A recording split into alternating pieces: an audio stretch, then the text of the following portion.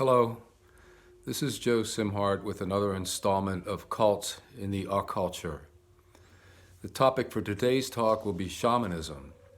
The word shaman comes from a Tungus tribe in ancient Russia, and it means he who knows, or a wise one. The popularity of looking into healing techniques and ecstasy techniques of ancient tribes has increased since the late 60s. There's been a new revival lately. One indication is through Phil Borges, B-O-R-G-E-S, a 78-year-old filmmaker and photographer, and he's been documenting indigenous and tribal cultures for over 25 or 30 years. His work is exhibited in museums and galleries worldwide. He did a documentary film called Crazy Wise, and that explores what can be learned from individuals who have turned their psychological crises into a positive, transformative experience.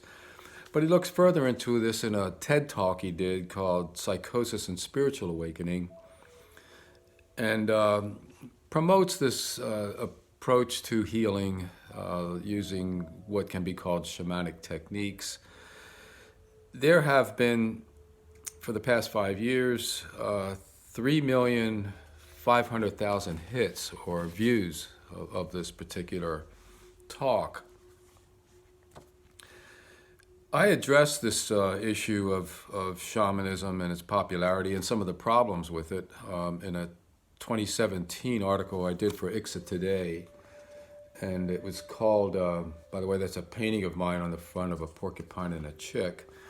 The title is Retribing the Planet, Shamanism Repurposed for Modern Times. So I look at a number of things in there, and you can look at the article. I don't want to get into the whole thing today. But when we go back into recent history, we see the idea of shamanism was introduced to the 1960s by this writer, Eliade, and he first wrote this book as a religious treatise in 1951 in French, and then it was translated in 1964 into English. And it influenced quite a few writers and seekers looking into indigenous tribes for inspiration and wisdom.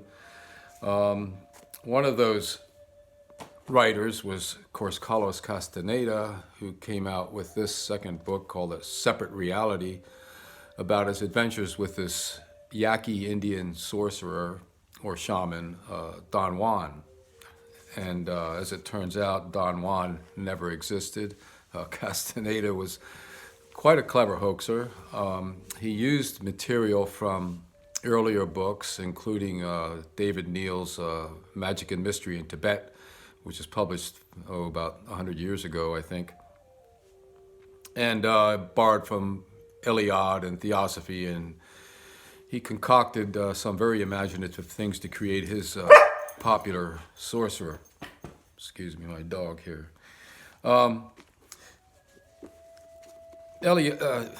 Castaneda has been exposed quite readily a number of times, but if you want to read one book by J. Courtney Fikes, it does a very good job of looking into this whole controversy. Carlos Castaneda, Academic Opportunism and the Psychedelic 60s. So this is a good book to read if you want to undo Castaneda's influence. But other books have come out. For instance, Michael Harner's The Way of the Shaman. He capitalized on this idea as well. And then Gary Dorr, The Shaman's Path, Healing and Growth.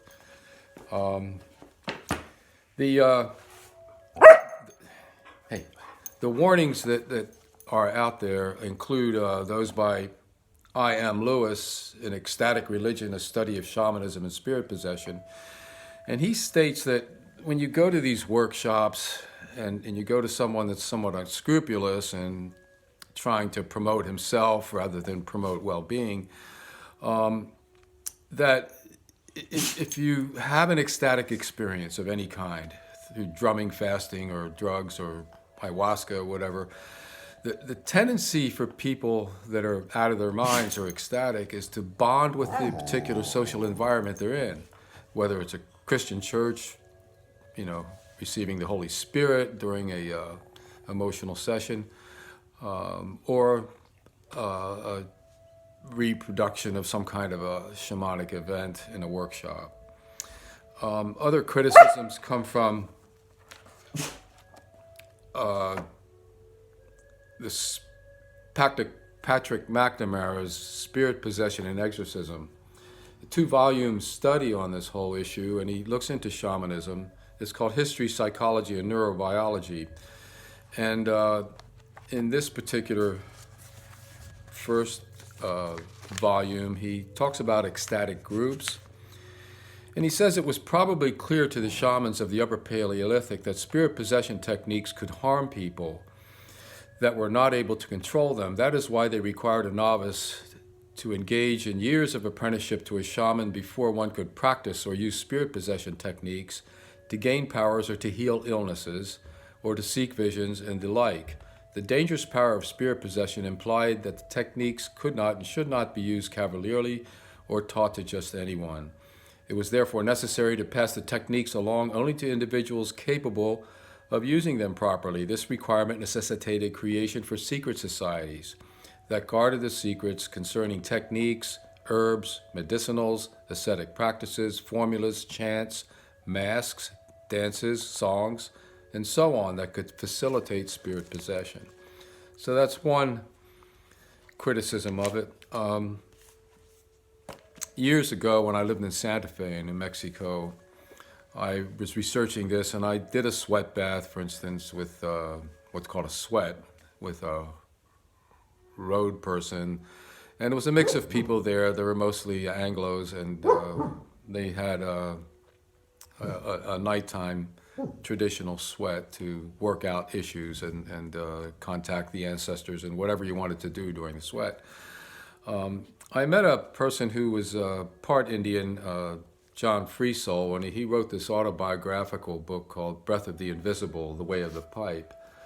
And he, as a young man in the late 60s, he turned to his grandmother, who was indigenous Sioux, to learn how to do a vision quest. And he had never done one, got interested in it. So she explained it to him, and he went out, fasted for 3 days with a blanket in some sacred area in the hills, came back after that and went up to his grandmother, who was washing dishes at the time, and told her of these visions he had. Feathers fell around him, a coyote visited him, in real coyote. The buffalo spirit visited him. He had a vision of a sacred woman, and so on. And he was quite proud that he had had these visions. His grandmother turned around and looked at him and just said, a man who has many visions has a weak spirit. And she went back washing dishes, and of course he was deflated. He continued his seeking. He ended up on what he called the Jesus Road, which is a kind of fundamentalist Christianity, but that satisfied him.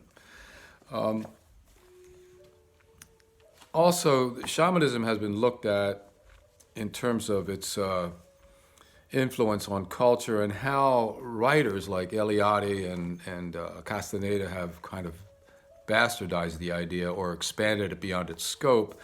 So Alice Kehoe, an anthropologist, wrote this in 2000, and it's called Shamans and Religion, an Anthropological Exploration into Critical Thinking. And now it's important because she's looking at how to look at shamanism. And in here, she basically states that there's a kind of racism going on where back in 1774, for example, was the first effort to figure out who these enchanters were. And a German published a collection, Johann Herder, and he used the classical Greek mythic hero Orpheus as his type that represents the shaman, like a stereotype. And he lumped pre-Christian Celts, Norse Inuit, and American Indians into the stereotype. And then a century after Herder, more scholars praised the primitives' love of freedom, indolence, ecstasy, and song. And like so many anthropologists, New Age questers today, and shamanic journeyers did not think he was demeaning them. And Eliade went on and used the same Orpheus shamanic kind of a symbol to talk about shamans in his book, Shamanism. Again, here's an idea that has specific meaning within specific tribes, but has been expanded to carry on into a lot of other traditions. But today, we have to be careful because using these techniques is not necessarily healthy for everybody. There's been new research done using ecstasy and certain psychedelic drugs to help people with anxiety issues and depression issues. They are not recommended for people with schizophrenia, for instance, that could exacerbate their symptoms. So anyway, I'd recommend reading Alice Kehoe if you really want to get a better idea on where this thing has gone off the rails in terms of how we approach indigenous tribes and especially the idea of shamanism. Okay, thank you for listening.